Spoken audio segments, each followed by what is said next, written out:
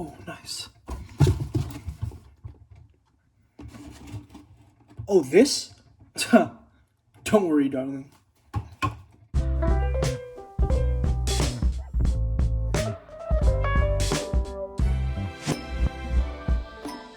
Olivia Wilde recently dropped her newest film, Don't Worry, Darling. Ow! Ow, that hurt. Don't Worry, Darling, which is a psychological thriller starring Harry Styles, Florence Pugh, Olivia Wilde herself, Nick Kroll from Big Mouth fame, he's in it. Its story can be described as a 1950s housewife living with her husband in a utopian experimental community begins to doubt or mistrust the people around her and believe that there are deeper secrets than she previously thought. Now, before I actually get into the contents of this film, there are going to be spoilers. So if you don't want to be spoiled, go away. If you do want to be spoiled, stay. Funny enough, the first thing I noticed in the movie was the token brown guy they had in the all-white society. He was played by Asif Ali. Oh, his name was Peter in the movie. The whole entire time I thought his name was Deep. What? Okay, somehow I mixed up his name the entire time. I even wrote in my notes, token brown guy Deep. I guess I misheard it. When I first saw him, I was like, solid bench. I get Deep screen man. And as you can expect out of Hollywood, he wasn't given any screen time, not really any lines either. He wasn't really a character, he was more just a placement of diversity, if you will. A reason for brown people to feel connected to such a white movie. When it first started, I was thinking that it was a cult. You know, they lived in a place called the Victory Project, and their saying was, today victory, tomorrow the world.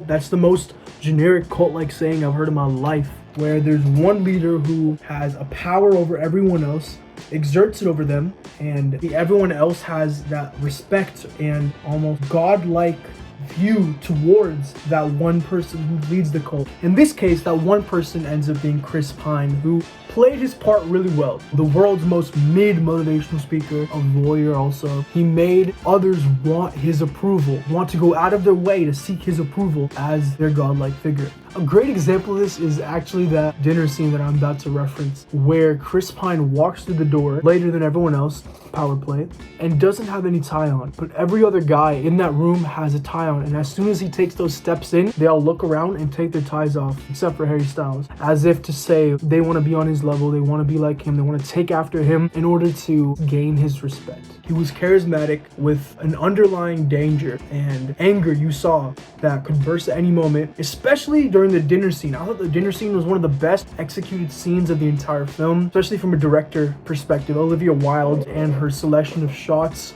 she frames everyone else's reactions to Florence Pugh going at Chris Pine, their godlike figure. No surprise, Florence Pugh was amazing. She's one of the best young actors we have right now at the moment, honestly. Even with a script that's not too developed, even with an overall messaging that may come across as shallow, she still puts forth her best effort, and some of the best scenes in the movie are solely due to her and her capabilities as an upcoming actor. You know, fuck that, no.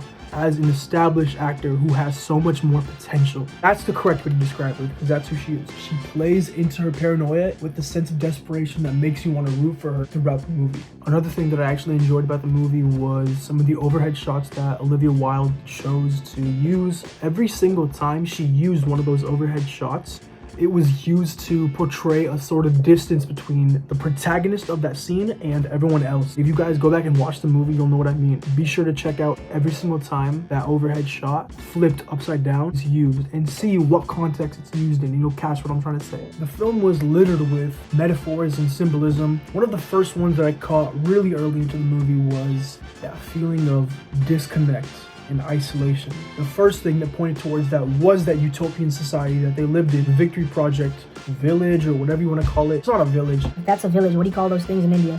The Victory Project was located at one base of some mountains, which just furthers that feeling of loneliness that we get as we follow our protagonist in Florence Pugh. Some more examples from the film that I recall that fit this theme are how Florence Pugh's character keeps on waking up from these dream sequences just to bump into random objects like glass and shelves in her house. I even remember a scene where Harry Styles' character interrupts Florence Pugh trying to give an answer to a question asked to her.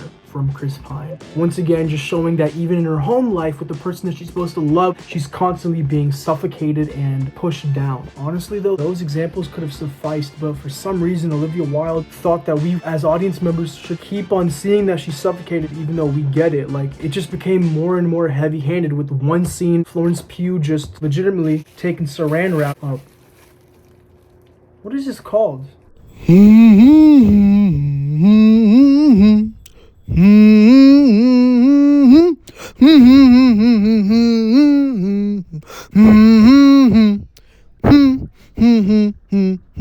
Bubble wrap. This is bubble wrap because I don't have saran wrap, but she takes it and just wraps it around her face and starts choking. Like, okay, we get it, she's suffocated. We as audience members understand it. You can stop force feeding us like we're a 3-year-old who won't eat broccoli and only likes the applesauce in Target. Olivia Wilde also makes it clear that in the Victory Project, all the people are united and together, as all the men every morning leave at the same time with basically the same car, just in different fonts, and go to the same place, just like as the women who stay back have to go to dance. And in their dance practices, all of them have to move as one, and unity is the theme that's stressed the most in the Victory Project. One of the funniest parts of the entire film was when Harry Styles was like really upset, got into his car, it was like late at night, and he started yelling and crying and hitting the wheel of his car like.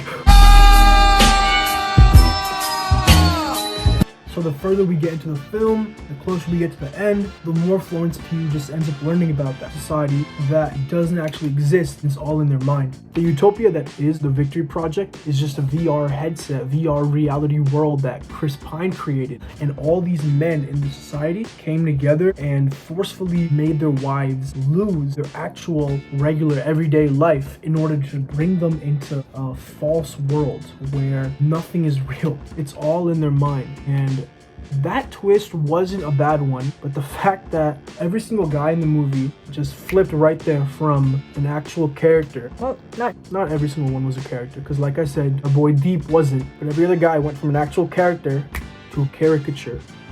Every single guy just becomes a pathetic little creature that's just is crying and doesn't know how to handle their lives and just out on the street with nowhere to go. And it's like the entirety of the film, it goes from being a heavy-handed yet somewhat effective message to becoming a more generalizing and generic, really all-encompassing and extremely safe ending and message that Olivia Wilde tries to portray. When I look at Don't Worry Darling, it just makes me appreciate a film like Barbarian because it spoke about gender so nuanced yet so powerful, and it may just be my favorite film of the year. It's up there. That's Barbarian, not Don't Worry Darling. It's like Olivia Wilde wanted to make an extremely liberating and freeing moment for Florence Pugh and the woman of the movie at the end of the third act, but it was hard to even enjoy it. Except for me rooting for Florence Pugh's character, there was no other investment into anything in the movie. Olivia Wilde came across as a director who thinks that they're doing way more than they actually are. The last 30 minutes of the movie was shot like some huge grand finale, but in reality was lacking the depth to make it as hard-hitting as it really should have been. And as a whole, I think that's a perfect way to describe the film. Don't Worry Darling, 2022, 5 out of 10. And remember,